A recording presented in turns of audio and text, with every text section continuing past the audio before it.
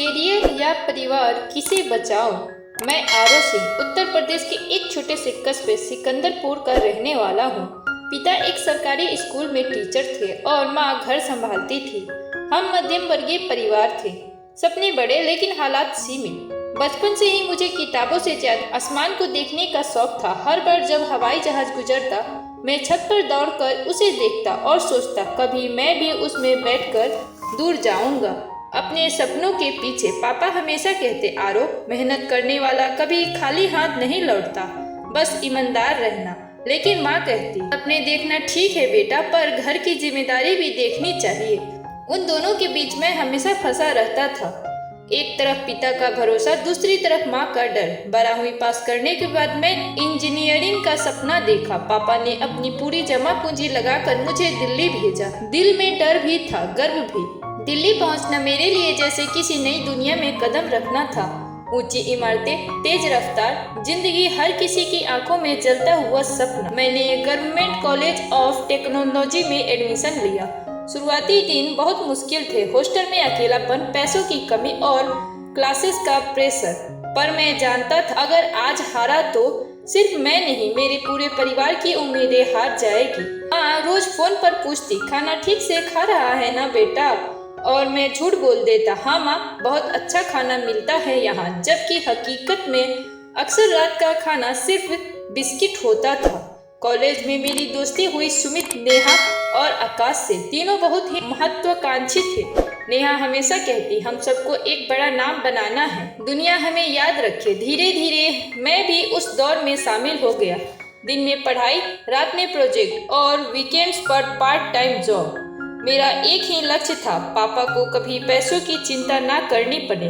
लेकिन इसी बीच मैंने वो गलती की जिसने मेरी रिश्तों की जड़ें हिला दी। एक दिन पापा ने फोन किया, आरो, तेरी माँ थोड़ी बीमार है, गांव आ जा बेटा।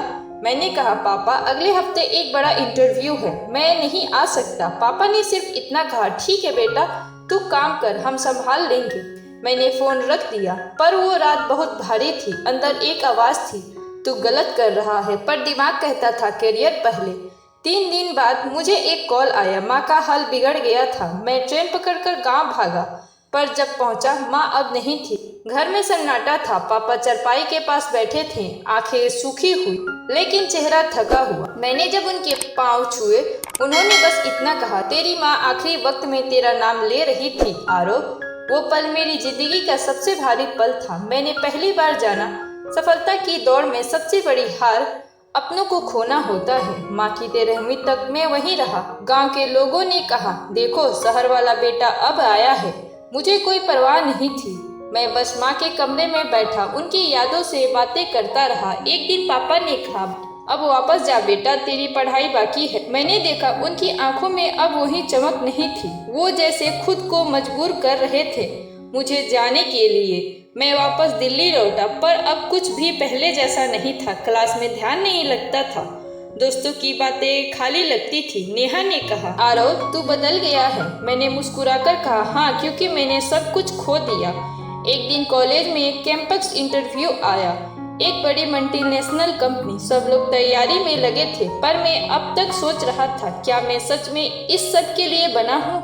उस रात मैं माँ की पुरानी चिट्ठी पढ़ रहा था जिसमें लिखा था, बेटा, बड़ा बनना जरूरी नहीं, अच्छा इंसान बनना जरूरी है।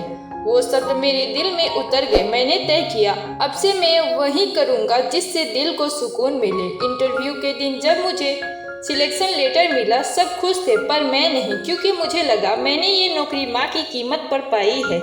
उस दिन मैंने पहली बार लिखा, करियर या परिवार, किसे बचाऊं? और जवाब अभी भी नहीं मिला। दिल्ली से सिलेक्शन लेटर मिलने के बाद मुझे मुंबई पोस्टिंग मिली थी, वो शहर जहां हर कोई अपने सपनों की कीमत चुका रहा होता है। किसी के पास पैसा है पर वक्त नहीं, किसी के पास नाम है पर सुकून नहीं। मेरी ज्वाइनिंग टैक्सपेयर प्राइवेट लिमिटेड में, एक बड़ी सॉफ्टवेयर कंपनी जहां हर चेहरा मुस्कुराता था लेकिन आंखें थकी हुई लगती थी। पहले दिन जब मैंने दफ्तर की 8वीं मंजिल से बाहर देखा, सामने ऊंची इमारतें, चमकती सड़कों और अनगिनत लोगों की भीड़ थी। अंदर एक अजीब सा जोश भी था कि शायद अब मेरी मेहनत रंग लाई है। पर भीतर कहीं एक आवाज अब भी थी, माँ होती तो कितना खुश होती। शुरुआती महीनों में सब कुछ नया नया था, काम का प्रेशर बहुत था, पर मैं खुद को डुबा दिया उसमें। हर सुबह 8 बजे ऑफिस और रात को 10 बजे घर। कभी कभी लगता था कि जिंदगी अब एक टाइम टेबल बन गई है, जहां दिल की जगह डेडलाइन ने ले ली थी। टीम में एक लड़की थी, रिया, सीधी सादी लेकिन बहुत समझदार। उसकी मुस्कान में वही सुकून था जो कभी माँ की बातों में मिलता था। धीरे धीरे हम अच्छे दोस्त बने। रिया अक्सर कहती, आरो तू इतना सीरियस क्यों रहता है? मैं मुस्कुराकर कह देता, सीरियस नहीं रिया, बस जिम्मेदार हूँ। वो हंस पड़ती, जिम्मेदारी और खुशी साथ साथ चल सकती है, बस तूने कोशिश नहीं की। उसकी ये बात मेरे दिल में उतरने लगी।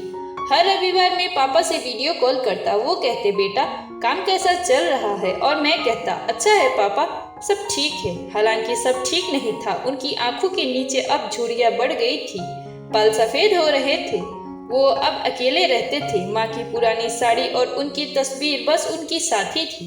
एक दिन उन्होंने कहा, आरो तू एक बार आ जाता बेटा, गांव के मेले में सब पूछ रहे थे तेरे बारे में। मैंने कहा, पापा अभी प्रोजेक्ट चल रहा है, बाद में जरूर आऊंगा। उन्होंने बस मुस्कुरा दिया, पर उस मुस्कान में कितनी उम्मीदें टूटी मैं समझ नहीं पाया। 6 महीने बीते, मुझे प्रोजेक्ट लीड बना दिया गया। पहली बार सैलरी बढ़ी, ऑफिस में सबने बधाई दी। रिया ने कहा, अब तो पार्टी बनती है मिस्टर। मैं हंस दिया, पर अंदर से रोया, क्योंकि उस रात मैंने जो महसूस की, जो किसी भी पैसे से नहीं खरीदी जा सकती थी, अकेलापन। खिड़की से बाहर देखा तो पूरा शहर चमक रहा था, पर मेरे कमरे में सिर्फ अंधेरा था। टेबल पर रखा माँ का फोटो मुझे देख रहा था। मैंने हल्के से कहा, माँ मैंने कर दिखाया, लेकिन आप नहीं हैं ये देखने के लिए। उस वक्त आंखें खुद ब खुद नम हो गई। रिया धीरे धीरे मेरी सबसे करीबी बन गई थी। वो मेरे अकेलेपन को समझती थी। कई बार जब मैं चुप होता वो कहती, आरो तेरे अंदर बहुत कुछ है जो तू कहता नहीं। मैं कहता, कुछ बातें शब्दों में नहीं आती रिया। एक शाम ऑफिस के बाद हम मरीन ड्राइव पर बैठे थे। रिया बोली, अगर कल तेरे पास सब कुछ हो पर परिवार ना हो तो क्या तू खुश रहेगा? मैंने थोड़ी देर सोचा और कहा, शायद नहीं, लेकिन मेरे पास दूसरा रास्ता भी तो नहीं है। वो बोली, रास्ता हमेशा होते हैं, बस तूने रुक कर देखा नहीं। उसकी ये लाइन मेरे जहन में गूंजती रही। कभी कभी लगता था कि रिया वही आवाज है जो माँ के जाने के बाद खो गई थी। कुछ महीनों बाद पापा अचानक बीमार पड़ गए। फोन आया, पड़ोसी ने बताया कि उन्हें हार्ट अटैक आया है। मैं उसी वक्त ऑफिस से निकला और फ्लाइट अगले दिन सुबह की थी। रात भर नींद नहीं आई। हर सेकेंड वो पुराना डर लौट आया, कहीं फिर देर ना हो जाए। जब अगले दिन पहुंचा, पापा अस्पताल में थे, कमजोर लेकिन मुस्कुरा रहे थे। उन्होंने मेरा हाथ पकड़ा और बोले, तू आ गया बेटा, अब कुछ नहीं होगा। उस पल मैं खुद को रोक नहीं पाया, आंखों से आंसू बह निकले। मैंने कहा, पापा मैं हमेशा देर क्यों कर देता हूँ? उन्होंने कहा, तू देर नहीं करता बेटा, तू बस अपनी जिम्मेदारियां निभा रहा है। उनकी बातों में प्यार था, पर भीतर दर्द भी छिपा था। पापा को अस्पताल से छुट्टी मिली। मैंने सोचा कुछ दिन वहीं रुक जाऊं, पर ऑफिस से लगातार कॉल आने लगे, आलो प्रोजेक्ट डेडलाइन है, तुम्हारे बिना टीम संभल नहीं रही है। मैं उलझ गया था, एक तरफ पापा का बिस्तर, दूसरी तरफ नौकरी का डर। पापा ने खुद कहा, जा बेटा काम जरूरी है, लेकिन उनके चेहरे पे वो मुस्कान नहीं थी जो पहले थी। मैं लौट आया मुंबई, पर दिल वहीं रह गया, पापा के पास। अगले कुछ महीनों में मैंने खुद को पूरी तरह काम में झोंक दिया। लोग कहते थे, आरो मशीन बन गया है, शायद सच ही कहते थे। रिया ने भी कई बार कोशिश की मुझसे बात करने की, पर मैं टालता रहा। वो बोली, तू खुद को खोता जा रहा है आरो, एक दिन पछताएगा। मैंने कहा, रिया कुछ बातें समझने में वक्त लगता है, लेकिन वक्त मेरे पास नहीं था। एक दिन ऑफिस में मीटिंग चल रही थी, फोन बार बार बज रहा था। मैंने इग्नोर किया। अंत में जब कॉल उठाया, पड़ोसी की आवाज थी, आरो तेरे पापा नहीं रहे। मेरे हाथ से फोन गिर गया, आंखों के सामने सब घूमने लगा। मैं वही कुर्सी पर बैठा रह गया, जैसे शरीर हो पर जान नहीं। रिया दौड़कर आई, क्या हुआ आरो? मैंने बस इतना कहा। इस बार मैं सच में देर कर गया। जब मैं गांव पहुंचा, घर खाली था, जैसे जिंदगी का आखिरी पन्ना लिखा जा चुका हो। पापा की कुर्सी पर उनकी चश्मा, घड़ी और माँ की तस्वीर रखी थी। मुझे लगा अब मेरे पास कोई नहीं बचा। पड़ोसी ने कहा, तेरे पापा आखिरी वक्त तक तेरा नाम ले रहे थे बेटा, कहते थे मेरा आरो बड़ा आदमी बनेगा। मेरे भीतर सब कुछ टूट गया। मैंने अपने आपसे कहा, हाँ पापा, मैं बड़ा बन गया लेकिन अकेला। उस रात मैंने माँ की चिट्ठी और पापा की तस्वीर के सामने बैठकर पहली बार जोर जोर से रोया। शहर की दौड़, पैसे की चाह, सफलता का झूठ, सब मेरे सामने राख बनकर बिखर गया। मुंबई वापस लौटा तो सब कुछ पहले जैसा था। ऑफिस, लोग, मीटिंग, टारगेट, पर मैं अब वो आरव नहीं था। रिया ने पूछा, अब क्या करेगा तू? मैंने कहा, शायद अब जिंदगी को समझने की कोशिश करूंगा।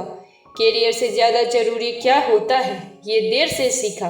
रिया बोली, शायद अब तो सही रास्ते पर है। उसकी आंखों में आंसू थे और मेरे दिल में सुकून का एक छोटा सा टुकड़ा। कुछ महीनों बाद मैंने नौकरी छोड़ दी। अब मैं एक एनजीओ में काम करता हूँ, जहाँ उन बच्चों को पढ़ाता हूँ जिनके पास सपने तो हैं पर सहारा नहीं। कभी कभी कोई पूछ लेता है, इतनी बड़ी नौकरी छोड़ दी क्यों? मैं मुस्कुराकर कहता हूँ, क्योंकि अब मैं जान गया हूँ, करियर और परिवार में अगर एक को बचाना हो तो वो हमेशा रिश्ता होना चाहिए, पद नहीं।